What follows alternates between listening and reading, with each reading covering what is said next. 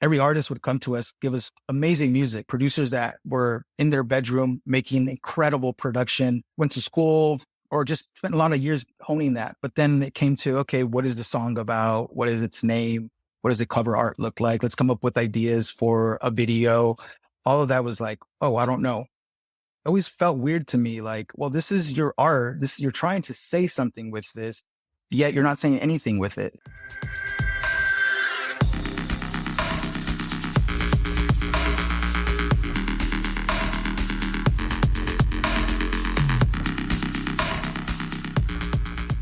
What's up, everybody? Welcome to the Headliner Mindset Podcast. Today's guest started his career in the music industry as an intern at Steve Aoki's record label, Dim Mak. He spent the next 16 years helping build it into one of the most notable labels and brands in the dance music industry, wearing many different hats and gaining a wealth of experience and wisdom in the process. This is Bryan LINARES. How's it going, Nick? What's up, brother? Good to see you, man. Good to see you. It's been a while. I feel like this is kind of a trend in all of these podcasts that I'm doing is I introduce somebody and then I'm like, hey, what's up? I haven't seen you in like 10 years. How's it going? Like everybody I've been talking to have been just like old OG homies from like back in the day. So, well, that's what's kind of exciting about this, right? You get the chance to connect with people maybe you don't get to, connect with. Maybe you follow them on Instagram a little bit, but you keep tabs on a little bit of what they're doing, but you don't know the ins and outs of everything, right? So this is kind of like the fun part.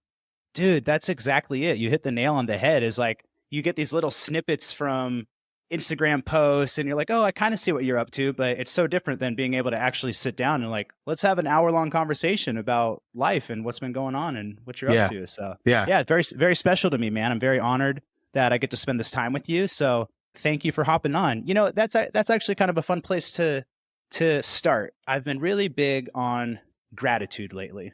And this is where I oftentimes like to start with my clients. We celebrate a lot of wins, but I would like to know, what are you grateful for right now? Ooh, to be honest with you, that's okay. First, that's a great question. I recently left. We parted ways with Dim Mak and Steve, and it's been 4 months of sort of finding myself. And so I'm very blessed.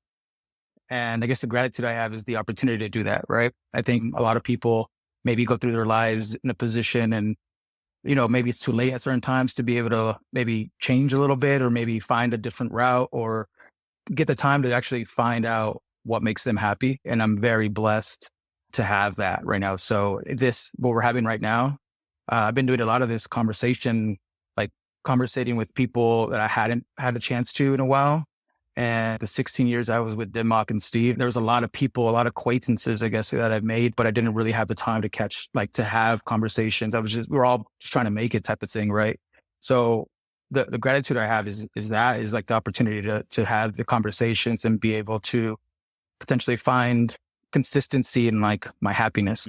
Yeah, man. And I can only imagine what that transition is like. I can relate to it a little bit though, because I was with Icon for 7 years. And that was my life. I was like building that place. Like I was like Mr. Icon Collective. And it was such a part of my identity. Yeah. It was a part of that was my family. That was my friend circle. And so leaving it was an interesting moment of kind of like, wait, who am I now? Who am I without this thing that I was a part of for so long? And you were there for 15 years, 16 years. Like it's a good amount of time, bro. Good amount of time. Bro, it's exactly that. It's finding myself again, because I found myself mostly towards the end and maybe after post departure. I think that's when I started to realize, well, wait, I had become somebody, or I was living a personality or a role, I guess, and found myself maybe at times not feeling fulfilled. And that fulfillment wasn't necessarily like Steve or Dim Mak,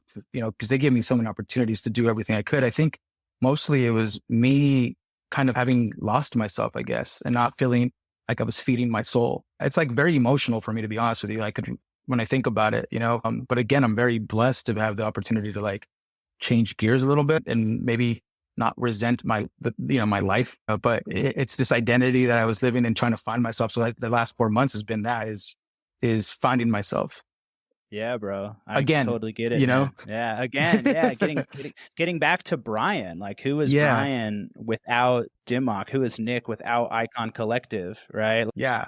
It's a process, man, and you don't need to rush it at all. You know, I think a lot of artists go through that as well, where their identity becomes so wrapped up in their artist project, and even people just call them their artist name. They don't call them their real name, you know, and I've seen so many people get lost in that. I can see how the journey can become confusing sometimes, where you're almost living like two lives, where you go out on tour and you're the man and you're playing in front of thousands of people, you know, and Yeah. everyone's praising you as this sort of god, and then you come back home and you're like, well, no, what about me? I'm still just a person. There's still like a human underneath this whole thing. So it's kind of a head fuck. Yeah. And I think, for in my case, like I'm not an artist, I never put myself forward that way, but working for someone like a Steve Aoki, working for a lifestyle brand that was global, you kind of start to feel eyes on you, and you're obviously representing the brand at all times. So you have to move a certain way. And so you're always representing that brand and that position you're in and stuff. So you start to kind of feel like you have to be a certain person or a certain thing or whatever, and I obviously, yes, it happens for artists for sure. And I think that's literally one of the things I'm preaching is what I want to preach to, is to the choir is like, you want to find your artistry in yourself, because you are going to have to live that, and so instead of sort of, I guess, embodying a character or whatever, like you kind of want to be able to find yourself and then build from that so that you're kind of living a reality. Yeah, man, living your truth. You want to be authentic. It's like you're going to be wearing this suit. You're going to be wearing this outfit. So it better fit. If it doesn't Yeah. fit, it's going to be uncomfortable if you're wearing that for too long, right? Oh yeah. So Yeah. I love that, man. Now, I'd love to go back a little bit and hear about like the beginning of your story, because you started off as an intern there, right? Like how did you start with them in the first place? How did you get in? Like, take me back to the beginning. I want to know. It was a MySpace bulletin. They were looking for interns. I mean, I'm dating myself for sure, but Yeah. We've had some MySpace conversations on here recently. All the OGs are coming out of the woodworks talking about the original TikTok. yeah, exactly. One of my best friends, DJ Metric, who is still DJing and stuff out there, but he's more on like the club circuit, like nightlife club circuit. You're not necessarily trying to be an artist, but just more open format, kind of playing the Hollywood clubs and whatnot. But after high school, I moved out to the Inland Empire, and my first group of friends was a guy named Hector, and his younger cousin was Metric. So me and Hector would throw parties, like house parties, and we'd obviously get Metric to DJ for free. But me and Hector we had bonded over like similar music taste, like The Cure and Morrissey, the Smiths, things like that, like the classic indie rock stuff. And he had been close with Metric, but Metric was more like a hip hop DJ, like boom bap, like rap, like open format DJ, really into like the DJ culture at that time, like early 2000s, era. And so Metric would play like Jay-Z into like a Bjork record or a Cure record or something, right? And it was like a mix real of DJing. Yeah. yeah, and it was really cool because I had come from this like underground world or whatever, but then he's playing like this more commercial pop stuff, and or just maybe just hip hop, let's just say, right? But it would be a mix of our friends, like indie rock kids, and his friends, which were like taggers and hip hop heads, and then there would be a mix of like college kids that would come to our parties and stuff. So through that relationship, Metric was very inspirational, to be honest with you, early on with me. Again, I say he's like the reason why I'm here. He kind of introduced me to the Banana Split world and Cinespace world, where Steve and DJM were residents at Banana Split. He would tell me about these parties about, where Lindsay Lohan or the Madden brothers, and just like this really eclectic group of like young Hollywood celebrities. And that was like the era of Real World and like that type of stuff. So there was like this young celebrity, like B-level celebrities that were out there in Hollywood and stuff. And so I started to research more about like Steve. And then I found out that he had a label called Dim Mak that had released bands I knew I had gone to see. I was fans of like Block Party or The Kills or Blood Brothers, like post-hardcore stuff. Yeah. Yeah, because they were doing like punk and shit originally, right? Like Yeah. electronic music wasn't really even No. barely a thing yet. It was barely just surfacing. So you were getting in real early. Yeah, the only electronic stuff I remember in high school, we had like a handful, like 5 kids that were what we called groovers. Like and they would go to raves. And I wasn't in that world at all, but they were like friends of mine that I had seen since middle school or elementary school. And then they were like the groovers of the school, right? And I was into like punk. Groovers. Yeah. And so they would go to like they would do ditch parties and they'd go to these like LA parties that were like thrown by like Insomniac. And like it was like a world that I didn't know I was gonna be connected with later on. Like I knew what electronic music was. I also liked stuff like Röyksopp and like kind of more like even Radiohead electronic stuff that they had put out and things. So I didn't like electronic music, but I wasn't into like electronic dance music, I guess, or whatever you want to call it, right? But at that time, Dim Mak has a punk like hardcore label and kind of put out folk, indie rock, like emo, and it evolved into to releasing like more indie rock, indie dance stuff in like late '99 and early 2000s, or little mid 2000s actually. And so yeah, so that's how I knew them. I found out Steve was the owner of this label, and I was like, okay, well, this is sort of cool, like hardcore, post-hardcore guy, and he's doing like clubs. Okay, this must be interesting, right? So I started going to the parties at Banana Split. I saw DJ AM and Steve play, and then I think like a couple of months after I saw, I started following him on MySpace, and I think I saw like an internship pop up. At the time, I was working at a loan office. And so I was looking for any way to get out of there. It was during the time where it was that real estate boom and then it was starting to go down. And I really hated that. I was like wearing a suit, had to do my hair perfectly every day. I knew early on I did not want that to be my life forever, right? Bro, could you imagine if like that's like where your life took you and you were just it just kept going in that direction, just Oh still my showing up God. at office every day? Yeah. Look, there'd be maybe some great stuff, like right now I'm not married. I don't have kids, there's something that's probably missing from my life, but maybe in that world, I'd have that already settled. So there's good and bad, right? You got some stories though, bro. You got some Yeah, stories no, that 100%. I'm most people blessed. don't have. Yeah, I'm blessed and grateful where I'm at right now. Like, and everything you choose to do, there's sacrifice, right? So I saw the MySpace bulletin. It was for like office manager assistant, if I remember correctly. And a couple of days later, I got the call for the interview, and then a couple of days after that, I got hired as an intern. And I was working under the office manager at the time, Luke, and it was 2 days a week type of thing, where you'd go in. So I was like, okay, I'll keep my loan officer job, and then I'd go do this. I mean, quickly, I don't know, I can't even tell you the timeline, but I would assume like 2-3 months later, I was going in full time, Monday through Friday, 8 hours a day. And I started to take on, because at the time I was also doing parties. So like the house parties sort of grew into bars and then like clubs, lounges and things like that I was doing with Metrics. So I started to get that experience, but then I also came on board with these 2 other guys, Joe and Ralph, who were doing a club called Mute Fridays in Orange County in Santa Ana. And so there, I started working with them at that time. So I had my event promotion, like I guess, experience. So I started to help with Banana Split and Cinespace Tuesdays. At the time, it was just Tuesdays on Cinespace. And so I grew from that office manager, and then that was kind of my beginnings. There was that, Yeah. And what do you think it was about you and your characteristics and your attitude for them to choose you, to basically promote you, to say, hey, we want you to be a part of this team? What was it about you that had them say yes? You know what?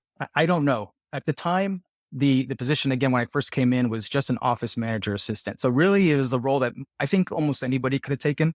But I think what helped me in that, or maybe I stood out a bit in that application process, was that I did have manager experience. Like I started managing a shoe store, Journeys. There's like a bunch of those in the malls. I managed a shoe store from the age of 19 to like 21. And it was pretty successful for being a store in the mall. I was able to like turn it around. I got my own store in Montclair Plaza. And then after that, I went to work for Active Ride Shop in Rancho, and I was an assistant manager there. And that's when I first got my like introduction into like kind of a lifestyle brand where people were going there. There was like the skate world and there's fashion world and whatnot, like kind of colliding. And so I think that helped me stand out. Let me ask it this way then, because you also were there for another 16 years. Yeah. And continued to get promoted, continued to be trusted, continue to ultimately climb the ranks of what is one of like the coolest and most culturally impactful record labels in the dance music industry. So really, like, what was it about Bryan Linares that had you grow so much in that role? What started off just as an internship, but lasted 16 years? Well, I gotta say is my attitude to always say yes. Like, I don't know what drove me to be that type of way. And, Steve, also seeing Steve, the way Steve was, that was maybe inspirational, to kind of something I also didn't realize at the time, but that kind of rubbed off on me, was to always say yes and then figure it out later type of thing, And so I didn't miss out on the opportunity to be successful because I always said yes. Like, oh yeah, I know how to do that, or I'll do it. And then figuring it out, whether through friends or just trial and error, I was able to kind of move up, and taking opportunities. Like, for example, the marketing director at the time when I was first starting out left. So I kind of moved my way in there, and so it was like, oh, I'm going to try this. I didn't go to school. Like, I was going to college for this, but I didn't graduate from college with a degree in marketing or business or anything like that. Was that just the attitude to say yes and be fearless and trying. Yeah, bro. That's the gold I was really digging for right there, because that is straight up headliner mindset, baby. Just saying yes, throwing yourself in, having the confidence in yourself to know that, like, hey, I'll figure it out, right? And having that willingness, because a lot of us, it's like we don't know how to do something, and so we cower and we let fear stop us from putting ourselves in uncomfortable situations. But you're the first to raise your hand and be like, oh, I'll dive in. I'll figure it out. That's rad, man. That alone, that created a lot for you. So. Yeah. And look, there was times, I want to be an example for people who, I was that kid that kind of was inspired by music and wanting to be in the industry and wanted to find my way in, but it seemed so far away. I didn't have a dad or a mom who had a friend at a place that can get me an internship, even if they wanted to help me, they didn't know how to help me, really. That kind of creates a little bit of lack of confidence, to be honest with you, because you just feel like you're not supposed to be there, right? But there's a gut feeling. There's like something in you that you feel like you're like, I can do that. And that's kind of what you need to take advantage of. Like, you need to take that as a sign to like do it. Because I mean, look, I'm the most confident I've ever been in my life now, but I went through 16 years of growing my roles at Dim Mak, and each time having to feel like that lack of confidence again, because I was taking on a new role, but it was the gut feeling that was the yes factor, right? Like, yes, I'll try it type of thing, is like trusting that gut. May not have that confidence, but something in you is telling you to do it. Yeah. Yeah. That's amazing, man. So what were some of the other roles that you had while you were there? Oh, well, look, I was there 16 years and I feel like I added hats. Like, I never really switched the hats off or took them off. I kind of just always just added more hats on. And I think being at a label, it's a blessing and a curse, I guess. Hats. It wasn't just me, everybody wore a lot of hats. And as the company grew, I mean, when I first started, there was 3 people there and Steve was the fourth one, fourth person there. And then we grew into like having 16 people in the office, right? So during that process, I was office manager assistant to events promotion. So I was running a promotion from Dim Mak side for Banana Split and for Cinespace. So I was working under them jeans. He was managing the Cinespace Tuesday nights.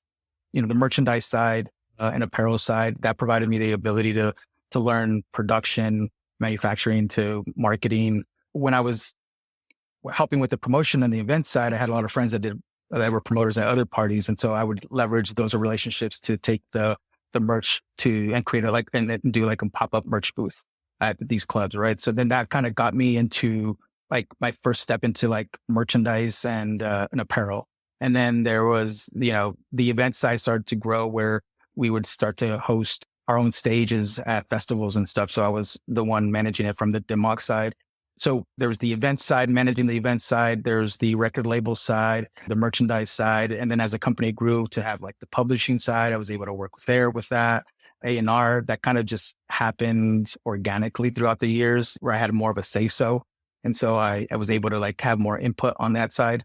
So, I went from marketing assistant to director of marketing to managing the event side to then being supportive on the publishing side, on the A&R side, to then growing into business development and brand director. When I left, my position was brand director and business development.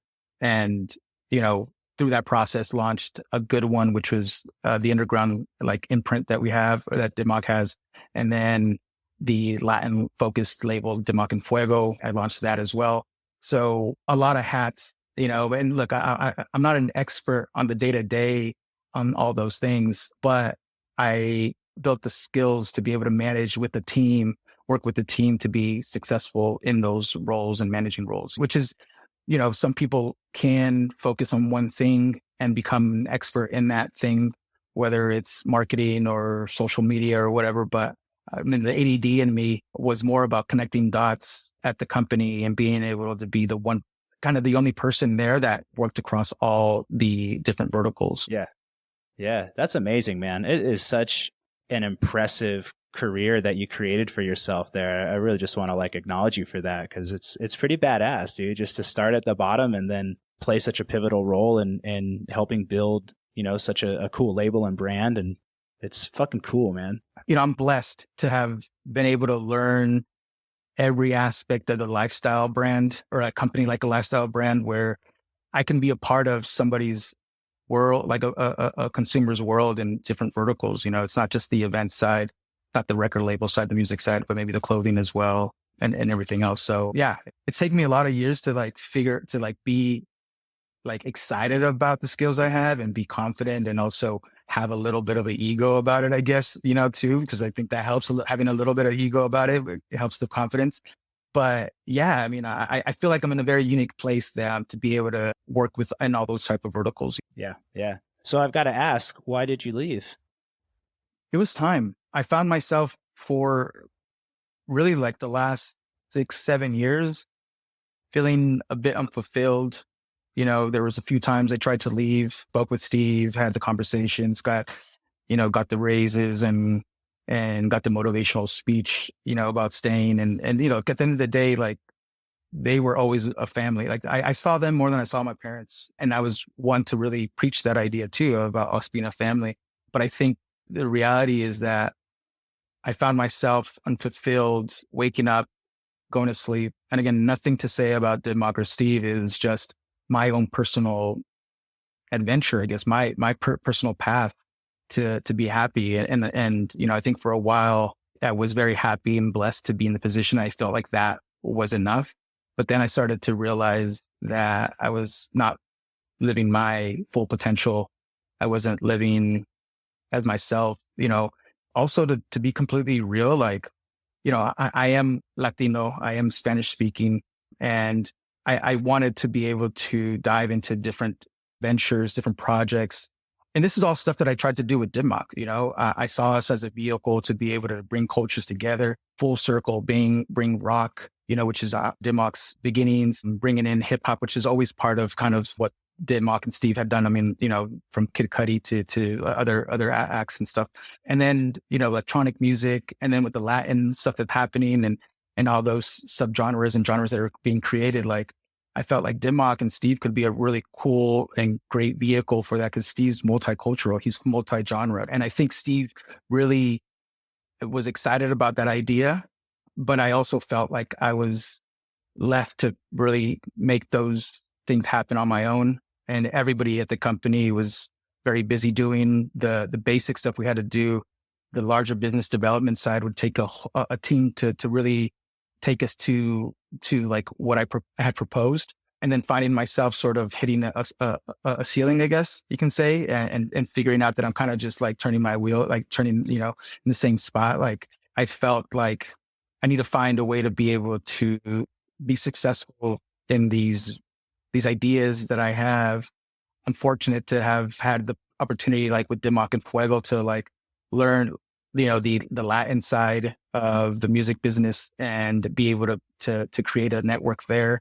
And now I'm trying to, I really want to be that bridge for different cultures from south to north, north to south, and across the seas, with the network that I have. So I tried to create this, and I think I was really pushing this venture as Dim Mak's big picture sort of goals, but seeing that wasn't going to happen, I kind of found the timing to be able to leave or depart, and I think, and look, it was nothing like Steve's still family. Everybody there, I'm still family with, especially all the execs and the board of directors, like Matt Colon and Dougie.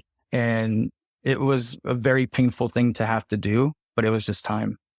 Dude, I totally, totally get it. And I think that when you have something on your heart and there's a calling and there's some passion, as Joseph Campbell would say, you got to follow your bliss. And sometimes that's pulling in a different direction than the environment that we're in. And it's a really, really hard thing. And I experienced the same thing at Icon. When I was at Icon, my last 2 years there, I started coaching on the side. Like, it was like a part-time thing. And it's probably even more my last 3 years there. It was probably a year of me starting to think about it. But it was like my passion started going in a different direction. Like, I love Icon Collective, and they're, to this day, always going to be my family. And I'm still super tight. I'm even helping them with some consulting projects and stuff. But my purpose started going in a different direction. And whenever you don't follow that, it's going to create a lot of misalignment. It's going to create a lot of pain.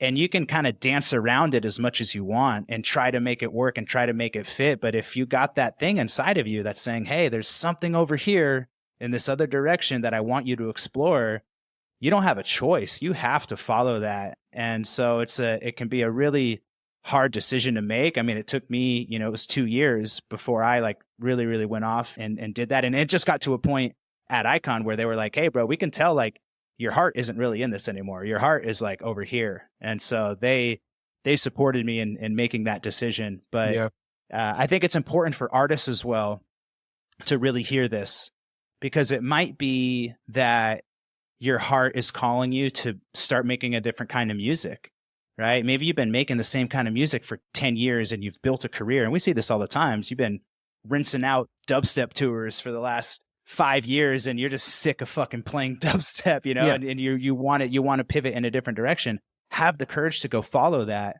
And on an even deeper level, which is a really hard thing for people to even think about, is like, there might come a time where your artist journey has also come to an end. And it might be that you don't do this thing for the rest of your life. You don't tour for the rest of your life. You don't make music and dedicate all your time and energy to that for the rest of your life. If at some point something else comes along that brings you more joy and you feel more excited about, then like, have the courage to go see what's over there. And it's fucking hard, man. It's hard to leave behind the world that the family that the safety and the security that But as you mentioned, man, 6 years, you're feeling unfulfilled. And like, you're the only fucking one that knows if you're actually really genuinely happy or not. And so for anyone out there listening that might feel like something is pulling them in a different direction and it's scary as fuck, like, take it from us. You got to follow it and go see what's over there. It might be uncomfortable, but there's going to be a lot of growth and ultimately a lot more joy. Yeah. I mean, look, we're human, right? Like, I'm going to turn 40 next month, or this month. We're in October now. I'm going to turn 40 this month.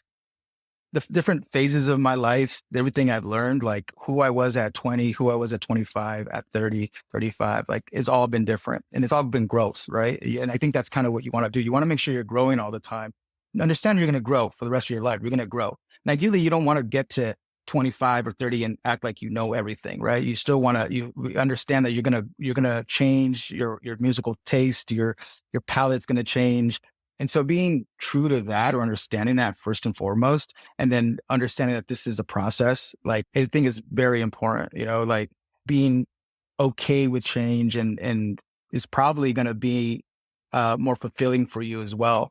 If you're stuck making one sound of music and you've created this persona that is tied to that, your soul has been changing. Your influences have been changing. The people around you influence you have been changing. The world is changing. The things that you find more important or important in your life at 20 versus 30 is different. So, you don't want to resent your own life. And that's the aching part for me when working with artists. We're talking like, one of the things on the A&R side that I really wanted to bring to the table, and I did it the last like 5 years, was finding artists that really understood that, and that you can see kind of, they understand they're going to evolve, they're going to change, and they're okay with that, versus, maybe 10 years ago, an artist had to stick to something. You had to do that well, because as soon as you change, your fans would turn on you.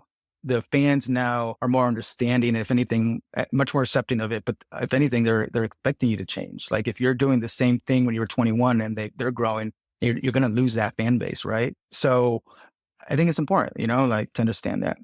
Yeah. And like you said, it's part of being human. Tony Robbins talks about this as being the 2 of the 6 fundamental human needs. On the one hand, we have a need for certainty.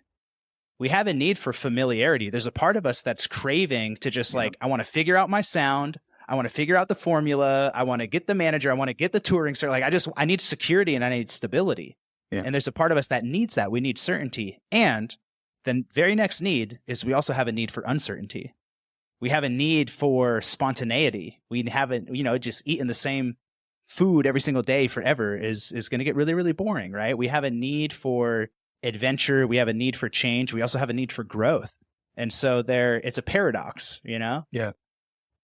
So the way that we reconnected recently was that I had seen you make a post about, first about, I knew that you were leaving Dim Mak, but then also I saw that you were starting to take on some projects to do some consulting and working with artists. So I'd really love to hear about what you're doing in that world and kind of pick your brain a little bit about how artists can really best set themselves up for success. Because, again, you have such a wealth of knowledge and wisdom, but maybe you can start off by telling me a little bit about what you're doing now as you're taking on some of these projects. I've taken the last 4 months to kind of find myself, and then also try to get a lay of the land, like what's out there, what opportunities exist. I was kind of in a bubble. I wasn't looking for other opportunities, really. I was creating opportunities at Dim Mak for Dim Mak, So after leaving, it was about finding myself. And through that process, I felt the need to create like a community and connect with people. Also, I think we talked a little bit about this early on, but there's a lot of other people that are kind of in the same position as me, in the sense that, or was that I was in the sense that it seemed so far away to be able to reach the industry or for an artist to be an artist, a successful artist. And so I wanted to try to humanize that as much as possible. Maybe it comes from my teenage years of being into like punk, where you have these sort of revolutionary ideas that you want to make change, you want to try to help better the world in a sense. And your voice is only as loud as your group of friends or the community or the people that are at the shows that you go to, right? So the internet, social media, like as bad as it's been and can be for people, I think we're going to figure out how to really leverage the digital platform a lot more, right? And so using that to our advantage, where you can have a platform and you can speak to people, and now you can speak to 1 million people at one time. And so I want to take advantage of that. I want to create a community of creatives, aspiring artists, aspiring just creatives really, and help them figure out how to monetize their skill set. And I think that kind of is different for everybody. Like your goal could be to be famous and have $50 million in your bank account, or it could be, hey, I want to be able to like make $4,000 a month off my creative, whether it's t-shirts or music, and I'll be fine with that. Being able to tap into that and help people figure out that there's other forms of success and that there's other standards that you can live, and then how to get to those, very DIY right now. Like you're running a podcast on your own, like through this technology. And whereas to do this, you would have needed a lot more people, a lot more money, blah, blah, blah, to do this 10 years ago. Right. And so it's all in our hands, really. I guess going to your question, like what I'm doing, like I'm figuring it out, because I want to leverage that community to be able to create a podcast of sorts where I can interview other people that maybe didn't feel like they were supposed to be there and go through those trials and tribulations, the mental trials and tribulations, and then also the physical form ones, right? And then being able to show everybody and influence people like, maybe school isn't for everybody, but I think we all have a creative juice. And I think that we all could be a little bit more, we ought to be a lot happier too if we're able to expose that creativity and then potentially make some money off of it or something, like if you can live off that and monetize that creativity, there's a vehicle for you to connect with people. And like we all thrive on connecting with people. You know what I'm saying? We all need that human interaction. Again, through that process, create some sort of podcast platform, but then at the same time, trying to identify projects be called onto projects, whether they're artistic projects, musical projects, different clothing brands, or a restaurant. Like I want to be able to, I want to find those that really inspire me and that I feel can help create some sort of change. So when I was a teenager, I had like Malcolm X and like Che Guevara on my wall, like posters and stuff, and I wanted to make change.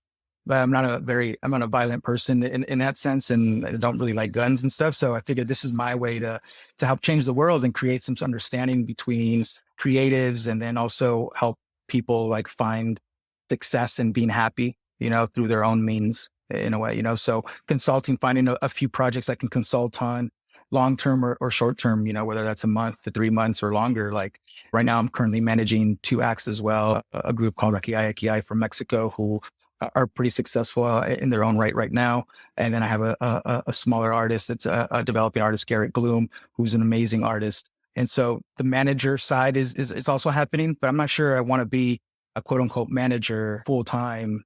So that's kind of what I'm trying to do right now, is create that community of creatives where I can be some sort of help. What part of this do you love the most? Which part of it gives you the most joy and fulfillment? Really like helping artists understand themselves, like that process of like not following the mold or the standard, and finding their true selves, and then being able to have that sort of something spark in their brain. That's fulfilling for me. Like that's always been like the most fulfilling part for me, But I think helping artists that are super creative, but just don't know how the other mediums that they could maybe venture off to and other things that they can do, helping them find that. That's the most exciting part. Yeah. How do you help an artist really find themselves? Because this is a question I'm asking a lot. It's like, on the one hand, you can go build a brand and do marketing, and there's all this sort of external stuff to do, like the business side of it. But the deeper foundation of all of it, I think, is really being an authentic artist in the first place, and really knowing yourself and finding yourself and having the courage to be yourself. Like, how do you actually help guide someone there?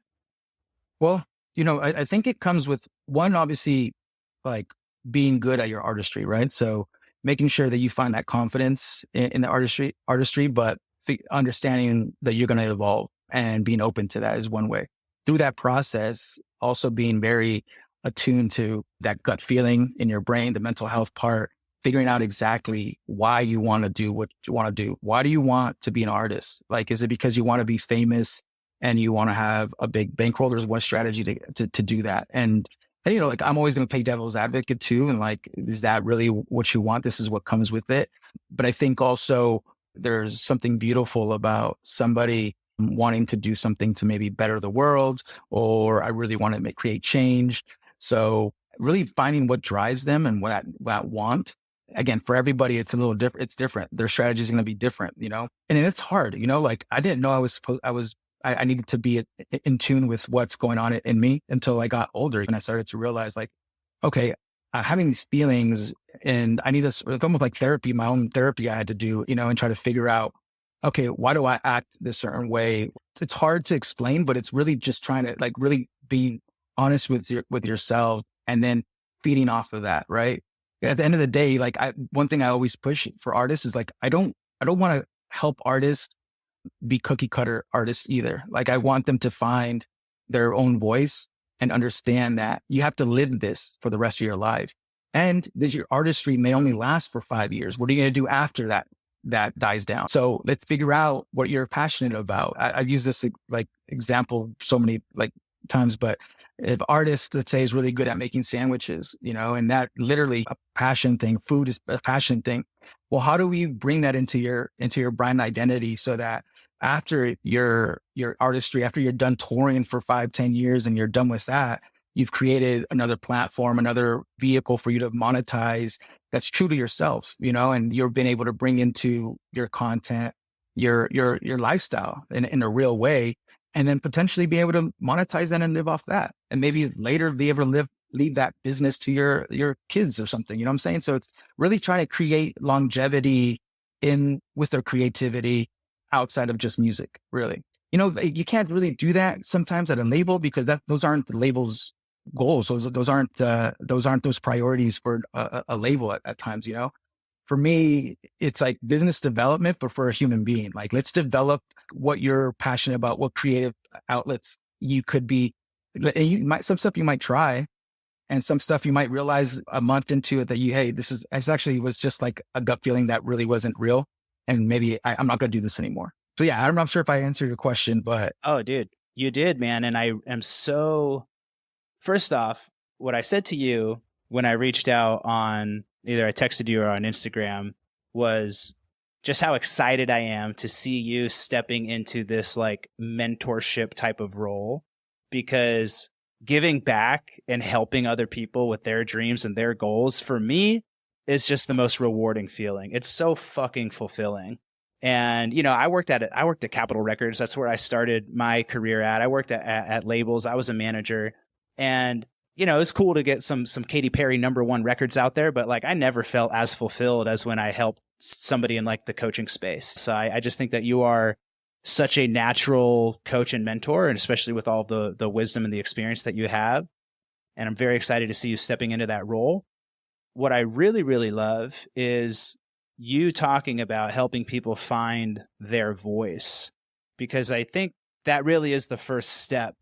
It's like there's so many other voices out there that are telling you what you should do, what you should sound like, what you should look like, what's the right business strategy. This is what you should do with your life. Your parents are telling you they want you to be a doctor. Your girlfriend is telling you, you know, like everybody has their own opinion. And learning how to even identify your own voice. Sometimes we're so disconnected from it, we can't even hear ourselves. We don't actually even know what we want. And that's like, I think there's a lot of artists out there that they're not listening to themselves. They're listening to the industry or to the trends. And it's like everybody's chasing this thing outside of themselves rather than slowing down and learning how to listen to what's inside of themselves. And it's like that's got to be the first step. It's like, then go figure out the business, then go figure out, because also it's like, you don't want to just be an artist that just makes super cool art and also is a starving artist and also not making money. There is a business side of it, but I think everyone's looking at the business side of it first. Like, how do I be successful at business? Let me go plug myself into the same template that everybody else is doing because that's what's successful. And then that's when you find yourself like not being fulfilled. And so taking that time to figure out who you are, what do you love, what lights you up, what's your voice, what's your story, and now let's go build a business around that. So like you fucking knocked it out of the park, bro. I'm so aligned with just that philosophy and that process, because it has to be that way, man. That's the only way to be not only successful, but like success without fulfillment is the ultimate failure. Yeah. I realized this a few years ago, maybe like maybe a little bit more than that, like 8 years ago. Every artist would come to us, give us amazing music, producers that were in their bedroom making incredible production, went to school, or just spent a lot of years honing that. But then it came to, okay, what is the song about? What is its name? What does the cover art look like? Let's come up with ideas for a video. All of that was like, oh, I don't know.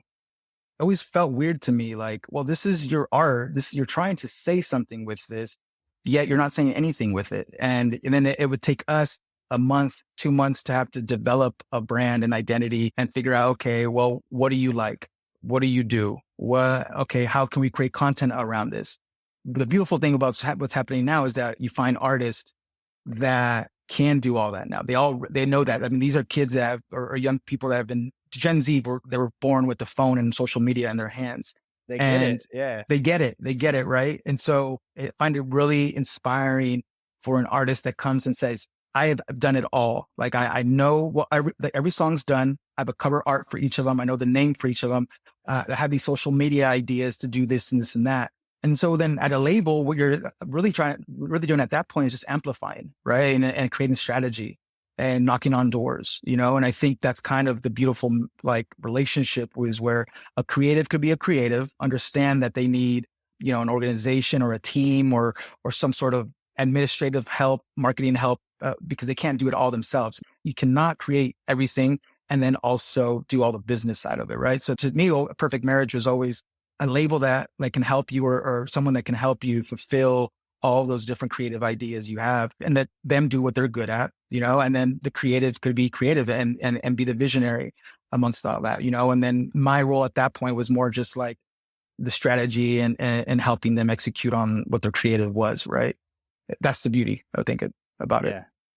That's so cool, man. Well, I see you being incredibly successful as you step into this new role. And I'm going to practice my manifestation skills, which are so on point. My manifestation skills are so fucking good. I'm just going to brag right now. I'm putting a little signal out into the universe that the right artists are going to find you, you know, and that perfect match. They're going to come into your ecosphere and really be able to benefit from your years of wisdom and experience and really help create something that's not only super successful, but also super fun and fulfilling.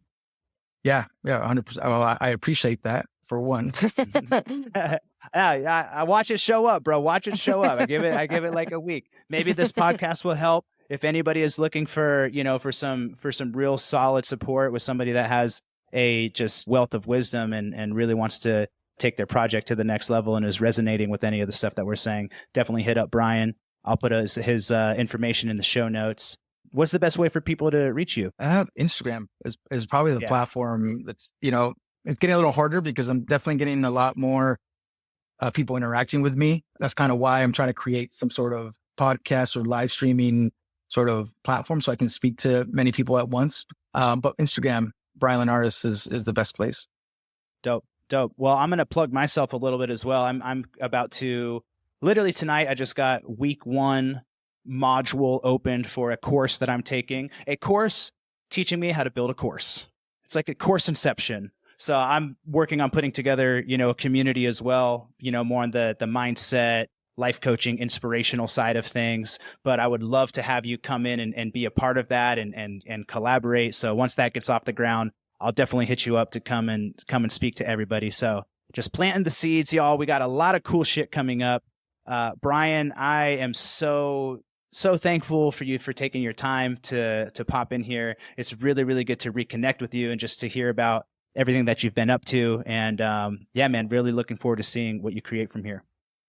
Thanks, Nick. I appreciate the invite. I truly do. I appreciate it, man. Thank you.